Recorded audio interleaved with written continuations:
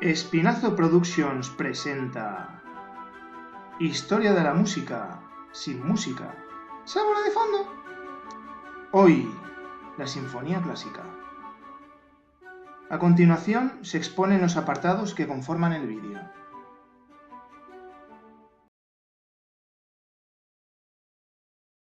La historia de la sinfonía se remonta a finales del siglo XVI, cuando lo de sonar juntos daba para poco más que para música de conjunto. Hacia 1620, la sinfonía se asemejaba al ritornello, antecediendo a una obra vocal tipo motete o madrigal o intercalándose a mitad de esta, aunque sin la necesidad de reiterarse como el ritornello. La eclosión de la ópera veneciana a partir de 1630 vinculó la sinfonía a este género. Se trataba de la sinfonía avanti l'opera, o introducción instrumental, que solía contar con dos secciones relacionadas. A finales del siglo XVII y principios del XVIII, Alessandro Scarlatti utilizó las sinfonías como oberturas operísticas, valiéndose para ello de pautas formales en tres movimientos: rápido, lento y rápido. Este modelo, mantenido en Nápoles por compositores como Leonardo Leo y Leonardo Vinci, el segundo Leonardo al que me refiero era 250 años más joven. Mejor. Los autores mencionados usaban temas breves con ritmo vigoroso y armonías simples para el primer movimiento. Adornaban un segundo movimiento breve y se valían de la agilidad de la danza para el tercero. El interés se generaba por el contraste provocado por la temática y la orquestación, sin más finalidad que la de iniciar una entretenida tarde de escenificación lírica. Con el tiempo, la forma dentro de la ópera se fue reduciendo a un solo movimiento, lo que se conoce como obertura sinfónica. En cambio, fuera de la ópera, la sinfonía fue creciendo a partir de 1700, tanto en duración como en instrumentación. Entre 1730 y 1770, los principales centros de producción sinfónica fueron tres: Italia, entre el norte y Nápoles, Mannheim y Viena. También hubo otros lugares de interés, como París, en estrecha relación con Mannheim, o Londres, donde se hallaba Johann Christian Bach. Nos centraremos en los tres primeros que he nombrado. En Italia, músicos como Giovanni Battista Sammartini se encaminaron hacia la estructura del periodo clásico. Otros, como Niccolò Jommelli, potenciaron recursos dinámicos como el crescendo en agrupaciones cada vez más numerosas. Precisamente por aspectos como la dinámica, conviene detenerse en la orquesta de Mannheim, en principio bajo la batuta de Johann Stamitz, y luego dirigida por Christian Cannavich. Cannavich, Christian, está sordo. La historia de Mannheim comenzó cuando Carlos III, Felipe de Neoburgo, se trasladó de Heidelberg a Mannheim en 1720, con una orquesta por entonces más grande que la que poseían los estados vecinos. La orquesta siguió creciendo a la par que aglutinaba a los mejores músicos de la época. ¿Qué hacer con tanto virtuoso? Experimentar. Fruto de ello, se obtuvo la orquesta más grande y mejor afinada de la época. Y también se lograron muchos efectos, como el crescendo y el denominado cohete de Mannheim, un recurso que permitía a determinada figura musical acelerar y acrecentarse conforme ascendía. En Mannheim se recurrió a tiempos más lentos y armonías más simples. No me refería a eso, pero vale. Estos procedimientos permitieron manejar con mayor soltura la agógica y la dinámica. Por cierto, en época de Johann Stamitz, la orquesta de Mannheim amplió los movimientos de la sinfonía a 4, reducidos de nuevo a 3 en la siguiente generación. Fue en época de Cannavich cuando Mannheim contó con la colaboración de Joseph Haydn, quien compuso 6 sinfonías, de la número 82 a la número 87 inclusive, para la orquesta. Por otra parte, la visita de Mozart en 1777 inició la amistad entre este y Cannavich. En Viena se estableció el modelo de la sinfonía clásica. sede del cada vez más amplio y variado territorio de los Habsburgo, desarrolló un tipo de sinfonía que bebía de la ópera italiana serie buffa, de la serenata, de la tradición instrumental bohemia y del divertimento austríaco. A partir de 1760, Viena y sus alrededores contó con músicos de la calidad de Florian Gassmann, los hermanos Haydn, Joseph y Michael, Leopold Hofmann o Karl von Dittersdorf. Algunos de estos músicos se hallaban al servicio de nobles que pasaban gran parte del año en sus dominios alejados de la ciudad, como ocurrió con Joseph Haydn en Esterháza, Hungría. Aún así, la vida musical en Viena era proclive al patrocinio, concebido a veces para ensalzar la imagen del sponsor ante el auditorio. Uno de los gustos del público consistió en la sinfonía concertante, un tipo de sinfonía que había eclosionado en el París de 1760 y que la orquesta de Mannheim popularizó. A este tipo de sinfonía destinaron parte de su creatividad los compositores vieneses. La sinfonía concertante entremezclaba la sinfonía de concierto con gran variedad de formas. Solía ser de carácter ligero, más cercana a un concierto de entre 2 y 7 instrumentos.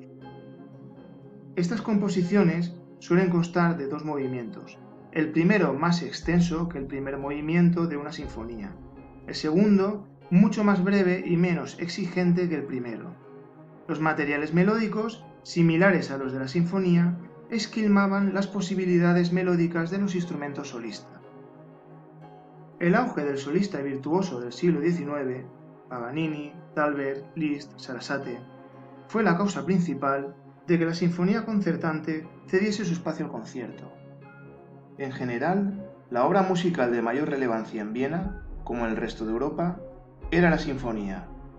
En las últimas décadas del siglo XVIII surgió la que hoy se conoce como la Primera Escuela de Viena, a la cual pertenecen Haydn, Mozart y Beethoven, no confundir con la Segunda Escuela, del siglo XX.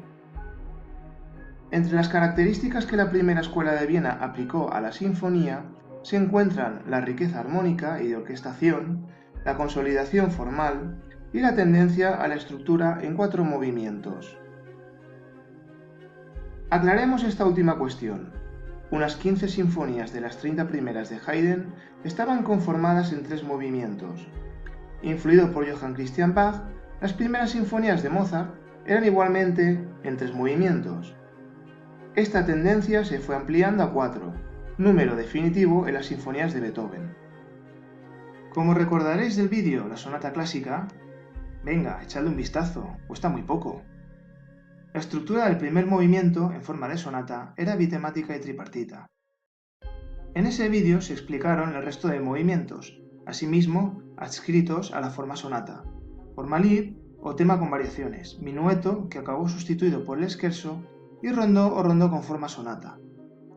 Veamos ejemplos de sinfonías clásicas sin comentar en cualquier otro vídeo del canal. Para ello, extraemos una sinfonía en plena madurez estilística de cada uno de los 3 autores aludidos. La Sinfonía Júpiter fue titulada así por Solomon, empresario alemán establecido en Inglaterra. En cuanto a la Sinfonía Sorpresa, el nombre, ideado por el flautista Andrew Ashe, se debió a la reacción del público ante un cambio inesperado de dinámica en el segundo movimiento.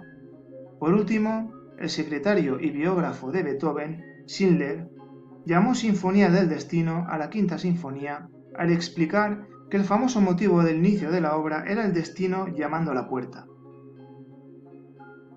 La Sinfonía número 41 fue la última de Mozart. El primer movimiento, en forma sonata, se caracteriza por el ritmo creado a partir de pausas. En el segundo movimiento se produce un contraste entre la calma inicial y la inestabilidad de episodios posteriores, inquietos e insistentes. A la elegancia del minueto del tercer movimiento, con tema cromático descendente, se opone el trío, más terrenal y dancístico. En el cuarto movimiento destaca un rico contrapunto que permite la finalización de la obra a través del reposo de los últimos compases. La Sinfonía número 94 pertenece al grupo de sinfonías de Londres en la etapa de Haydn en que se había liberado de Esterháza y viajaba exitosamente fuera de Austria. En el primer movimiento, en forma sonata, el tema principal no alcanza la tónica hasta el desarrollo. El segundo movimiento consta de tema y 3 variaciones, contando en todas las ocasiones con un inicio suave interrumpido por un acorde fortísimo. El tercer movimiento destaca por su breve danza.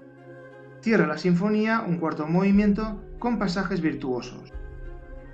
Beethoven trabajó en su quinta sinfonía en un momento en que concluía su carrera virtuosística en contraste con su fértil creatividad, con factores externos, guerras napoleónicas, e internos, sordera, causantes de tribulaciones en el autor. El primer movimiento, en forma sonata, cuenta con el conocido tema incisivo de 4 notas en contraste con el suave tema B. El segundo movimiento presenta 2 temas en forma alternada y variada. El tercer movimiento contiene el scherzo con un trío contrastante, el retorno del scherzo y una coda. Curiosamente, el tema inicial coincide con la secuencia de sonidos del cohete de Mannheim, de la Sinfonía número 40 de Mozart, y para concluir, un cuarto movimiento apoteósico con tintes de marcha triunfal. Bueno, ya sabéis que no está el asunto para escuchar sinfonías en este canal. La quinta sinfonía de Beethoven, al igual que la novena, siguieron el camino establecido a partir de la tercera, la heroica, un punto de inflexión con respecto a todo lo anterior. Otras sinfonías del músico alemán mantuvieron las pautas del clasicismo. Sin embargo, las que acabo de mencionar adoptaban un rol parecido al de los grandes géneros religiosos de la música barroca. Y es que Beethoven había concebido la idea de que, al no hallarse sujeta a la palabra, la sinfonía podía recoger aspectos vinculados a la experiencia personal, al placer sensual y las atmósferas evocadas por los lugares o por la literatura.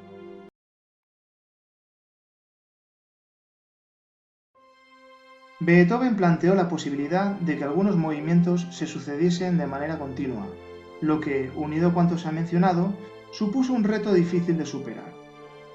Entretanto, la Europa de las 3 primeras décadas del siglo XIX mantuvo buena parte del espíritu del clasicismo. En Viena, las primeras sinfonías de Schubert bebían de la época recién finiquitada. Ante las nuevas dificultades, las sinfonías compuestas después de la década de 1830 fueron considerablemente inferiores en número en comparación con las originadas en el siglo anterior. ¿Fue entonces el final de la sinfonía? Parece que no.